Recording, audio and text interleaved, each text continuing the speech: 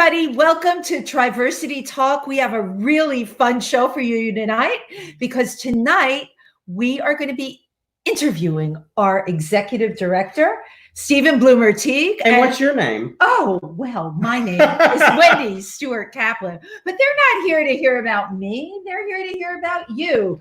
I'm calling it everything you've always wanted to know about Stephen Bloomer-Teague, but we're afraid to ask. You probably didn't want to know much, but it's Independence Day weekend, so you don't want your primo guest in the top Independence Day slot. Stephen, I can't believe you would say such a thing. So how did you get involved with Triversity? I mean, you're not from Pennsylvania. You grew up in the South, right? And yeah. Where in the South? I grew up from a town called Woodruff, South Carolina. Woodruff. It's very close to the Greenville-Spartanburg area. Okay. Northwestern part of the state, I always tell people right before it gets pretty. Right before.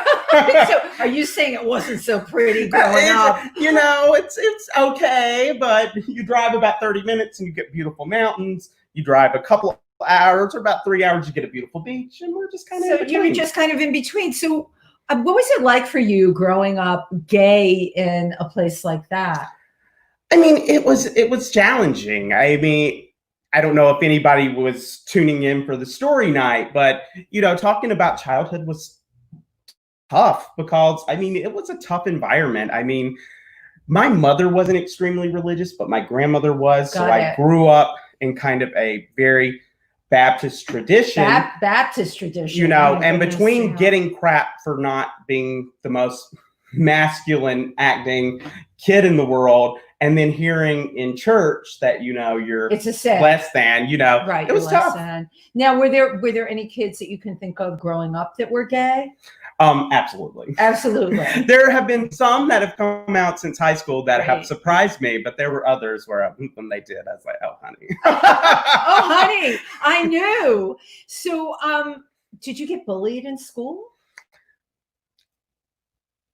I got taunted. I mean, bullying is tough. It wasn't like I was being pushed around or anything. And it wasn't like now where they they had the internet when you were growing up, right? Did they have that? Because they, you know, are really, the cyberbullying thing is terrible. Did you experience anything like that? I experienced something like that in college, actually from a friend who at that time became a friend of me who thought I did something mean to them. So they posted a fake account with my picture on gay.com at the time and said I was into all kinds of crazy things. And I'm like, these are the things that kids now deal with constantly. Well, that is, first of all, I mean, it had to make you feel terrible. It did. And embarrassed? It did terrible, embarrassed. And and again, I mean, just bad, you know.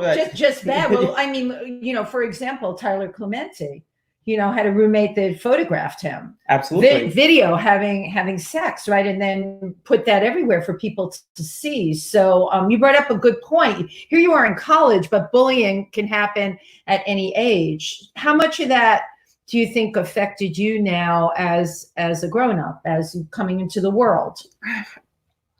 I mean, I deal with self-esteem issues all the time. You mean, you know, and kind of having to deal with that bullying and then cope with it. And, you know, because it's buried in there, but not buried so deeply that it doesn't come up from time to time. Exactly. You know, and I've had therapy for many a year now, and we've been working through all this stuff gradually, but it's a process. Well, but okay, let's talk about that. The support, you've had good support, right? That's really important for everybody, good support. And look at you, you're a stellar example. You've gone on to become the executive director of Triversity. Hey.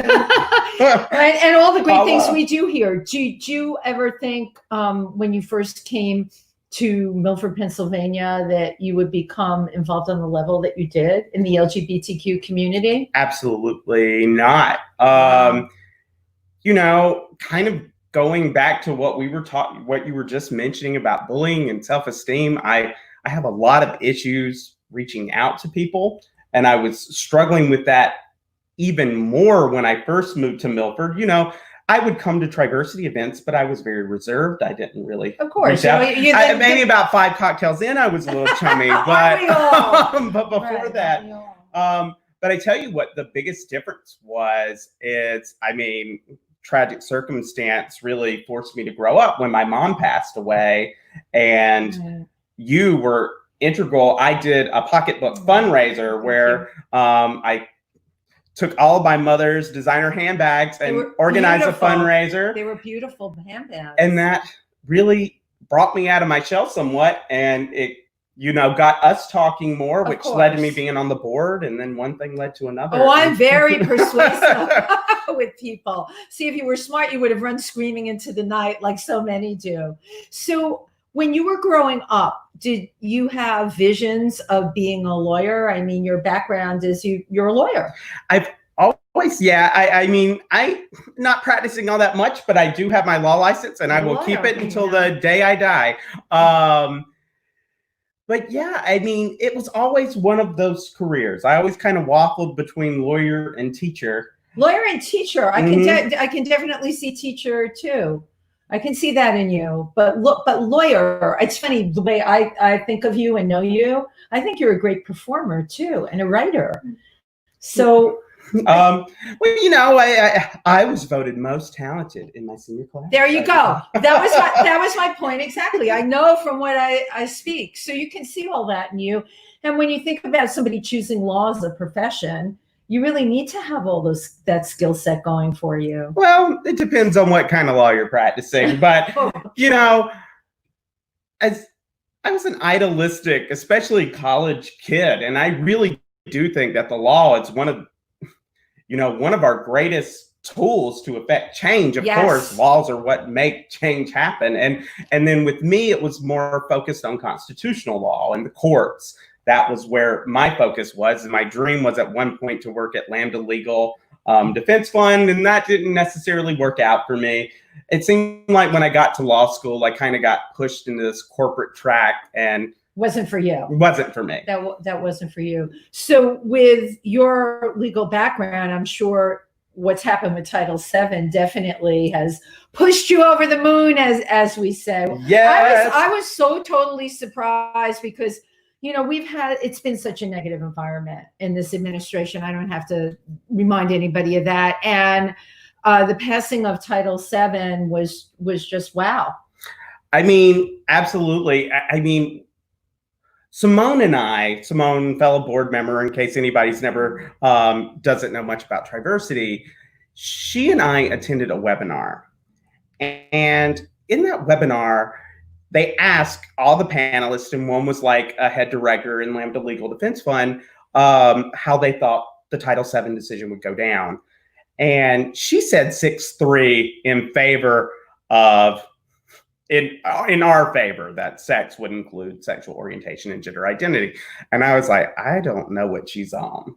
That she thinks that, and it was 6-3. It was 6-3. And I was just absolutely floored and stunned. And what she said was just so true. If they do what they know is right, what they should do, and don't let other considerations fall into play, this is going to be a 6-3 decision. Don't we wish everything were that way now? Don't we wish everything were like that? I was completely shocked and surprised, but for me, it gave me such hope going forward for equality for all. Absolutely. I mean, I just think of all the other statutes out there that have much similar language to the Title VII statute protecting against sex. And it's like, thanks to this interpretation in Title VII, all of these different statutes will now probably be deemed to include sexual orientation and gender identity. The groundwork's been laid. Now, we could make that a heck of a lot easier if we passed the Equality Act that was recently passed by the House.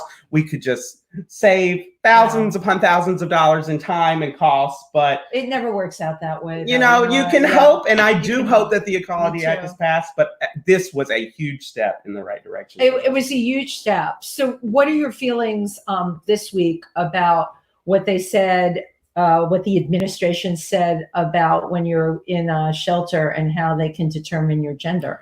It's frustrating. Do you think this will be followed? I mean, I found the whole thing so absurd. Well, I mean, this is a proposed regulation, and typically from proposal to final. It could take about a year. So, you know, in between it's November, but we're not going to say anything. Fingers crossed that it doesn't in between, through, we have November, and we're just going to say November.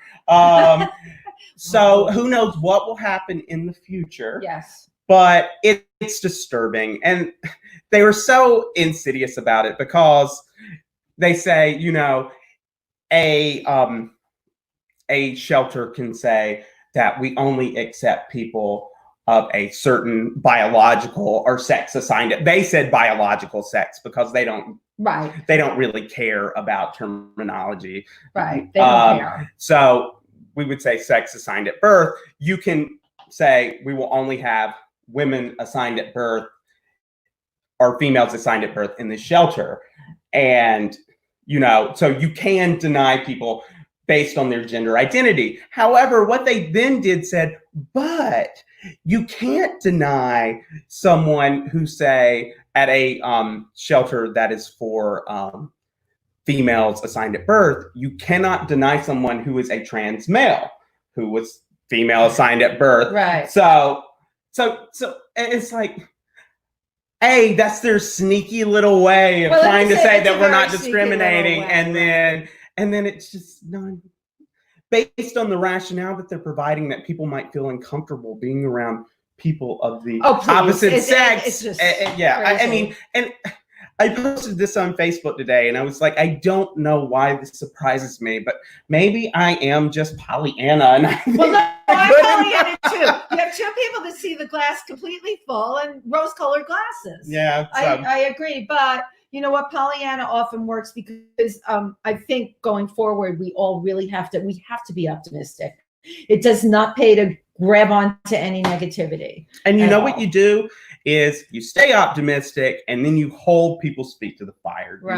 You speak out. You do what we're doing now. You do what you all do when you go on Facebook and you share these things. Please. And you advocate a place, and to make sure that our laws and our regulations are inclusive of all of us. Absolutely. And you know, you mentioned, you go on our Facebook page.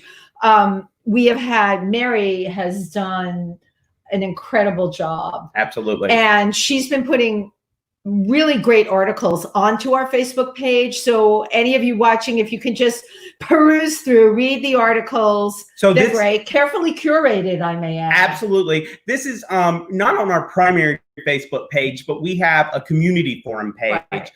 If you are interested in that and you are on this live Facebook feed right now, send us a private message.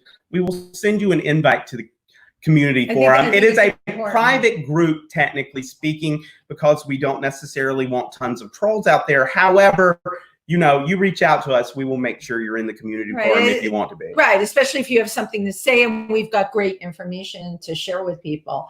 So what has been your biggest challenge as the executive director of Triversity? I love that question, the challenge. Well, I mean, okay, so you start off and you're getting your bearings, and I've never done anything like this before. So, and then 2 months in, I have a societal crisis occur, which completely alters everything. I mean, and every nonprofit, every for-profit across the board has had to deal with COVID-19. You know what? It came with a turf for everybody. So what do we say? We're all in this together. Absolutely. And, you know, and I will say it kind of forced me to grow up kind of quick in time. And I was like, okay, I've got to figure out what the heck we're going to do.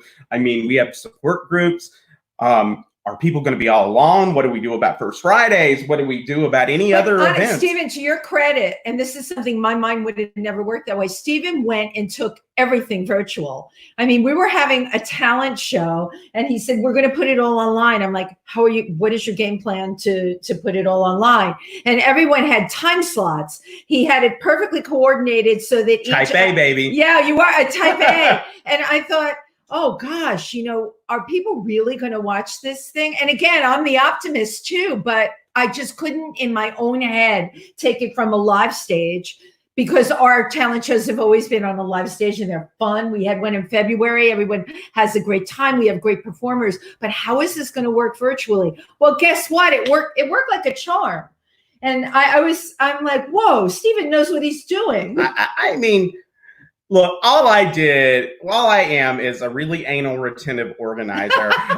It was really up to the people who were supposed to perform on time, and everyone who was in that talent show did their part to make it a great event. And really, in the end, I didn't even have to do all that much, other than play my song. Right, because you performed in it too. But it was flawless. The amount of people and comments. Any of you that go on Facebook Live, one of the coolest things, you see those comments scrolling down, and it was wonderful. And each performer had their own team, as well as people that stuck around to watch everybody else. So I would say that was a really great, smart vision.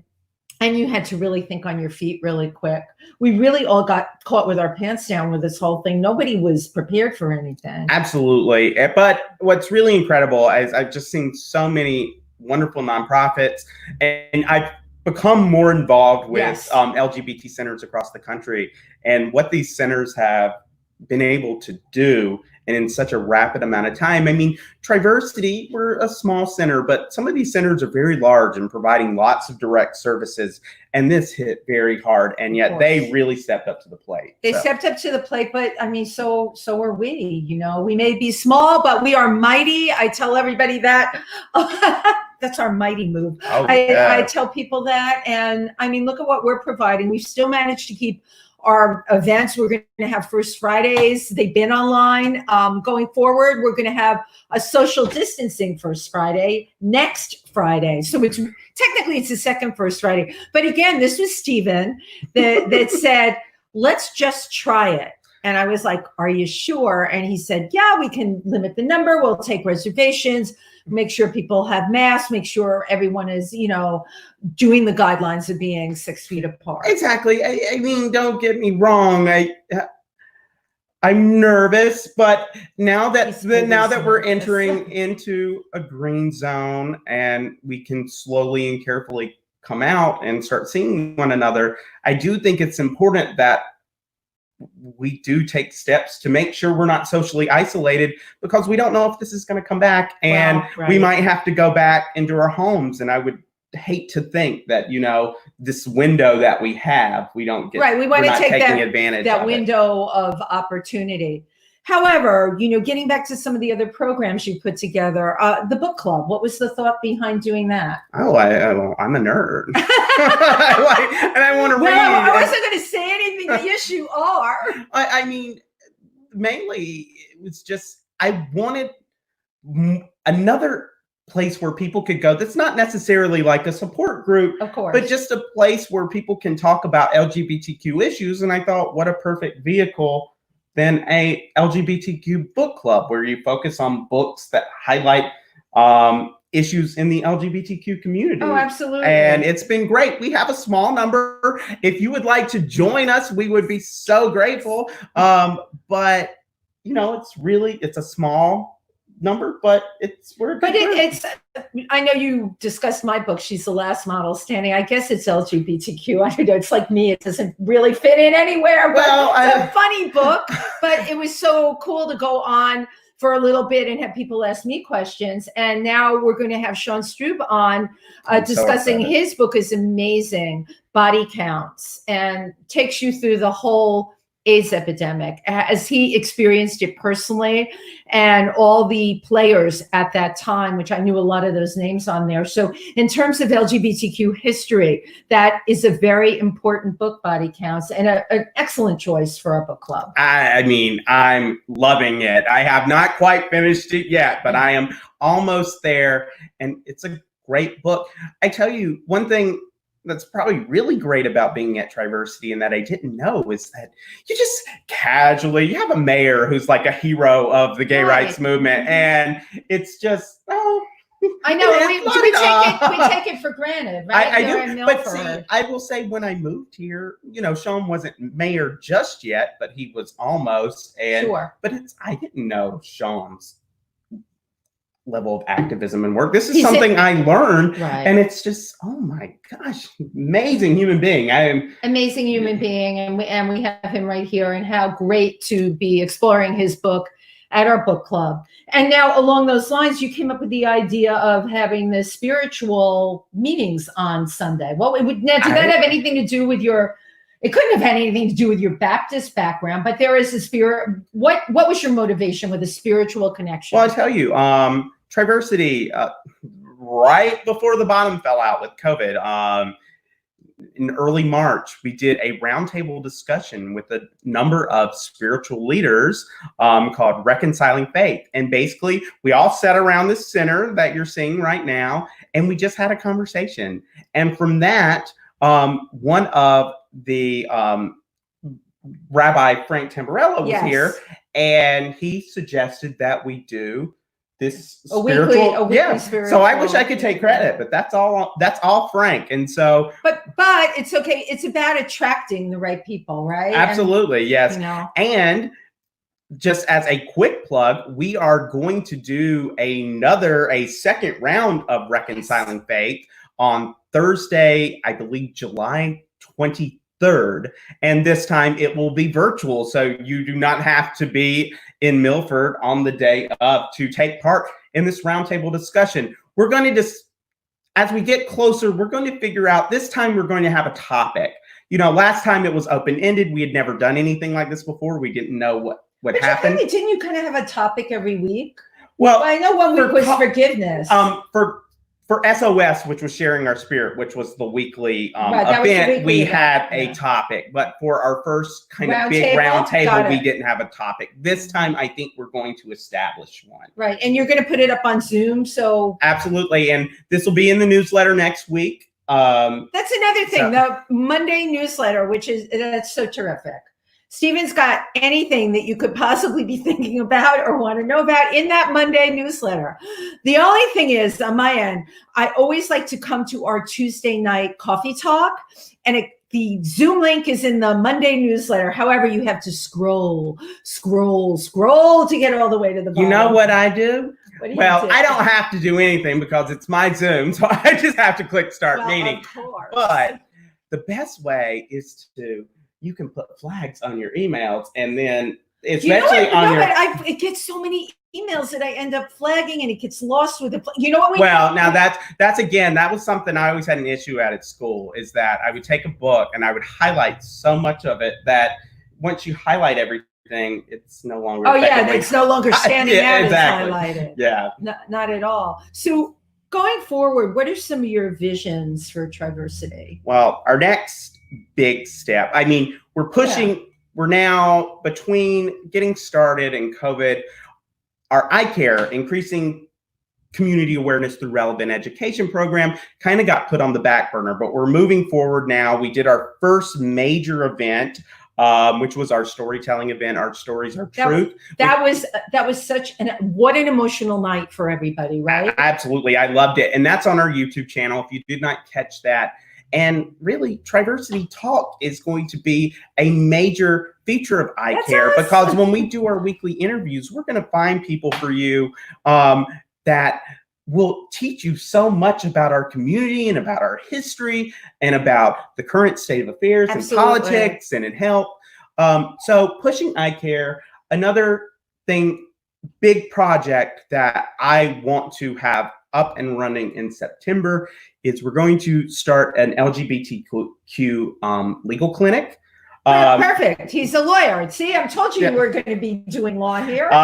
It's not going to be, it'll just basically be a chance for people to come in and get a consult with an attorney. They can talk about any issues they have related to kind of like estate planning or family law or even employment or housing discrimination, and then have an attorney be there to talk to them, to tell them what the law is and help them move forward. What their rights are. Yeah, exactly. Right. People need to know that. So you have all of these things planned. It's really, really amazing. We are, I said, tiny but mighty. Well, you know, we're tiny and mighty, and we're growing. But we're here, and if anyone has any particular concerns, you can always reach out to us. What does it say on Facebook? We have that automatic message. Someone will get back to you. I love that. Hello. Or something. Someone will get back to you and answer your question. But we do read each and every one of them. Absolutely, yes. So private message us. You can also contact us at info@triversitycenter.org. This will be, just listening to this, it might be a little difficult to keep this down, but Teague at triversitycenter.org is the way you can get in touch with me. And our phone number, which is, we have a new phone number. It's 570-618-9638. So give that a call, and, you know, you have to give me that phone number. I don't have it. Well, I mean, it's all just in here. Just leaves out the little details for me. We want to remind everybody that our next event is going to be our second Friday, as opposed to our first Friday. We are featuring Mark Von M. I know a lot of you know him. He's really wonderful. I mean, he plays the songs that you want to sing to. I sing to everything. I can't sing. This guy can sing, but you'll totally enjoy him. And it'll be a great opportunity to get out there with your community and see people that you haven't seen in a while. Again, we're being super careful, taking all the precautions, but we are encouraging you to come. You have to call, you can email, or however you want to get in touch. Let us know so we can put your name on a list. We will be limited at 40 people. Absolutely. And none of us know what's going to happen with the virus going forward. So this may be we're in a good green place in Pike County now. But again, none of us can say. None of us know. And I think this is, a way for us to get together while we still know we can. One other thing to say about the event is, all proceeds after paying Mark Von M are going to go to our friends at the Phoenix, because the Phoenix, due to COVID, has not been able to open this year. And normally around this time, we're doing First Friday fundraisers at the Phoenix, which the Phoenix are really doing for us. So it's really our opportunity to start giving back to the Phoenix. We do hope to have a fundraiser that is specifically for the Phoenix, a drag bingo fundraiser. There's been some complications, but we're moving forward with that. In the meantime, though, any proceeds past what we pay Mark, we'll go to the Phoenix. And, so we'll do some giveaways, raffles of a few things, and I'll show some pictures of those next week. Great. And we're going to live stream this as well, because we know that not everyone should come to an event like this. Of course. So we want you to be able to enjoy it, even if you can't attend. So you can also take part in these giveaways and give money, and that could help support the Phoenix. And we love live streaming. We really do. We live for live streaming. Yeah, look at us, right? Is there anything else that you would like to share? It can be the deepest secret, or just something you want to tell people. Oh, gosh, no pressure. We are now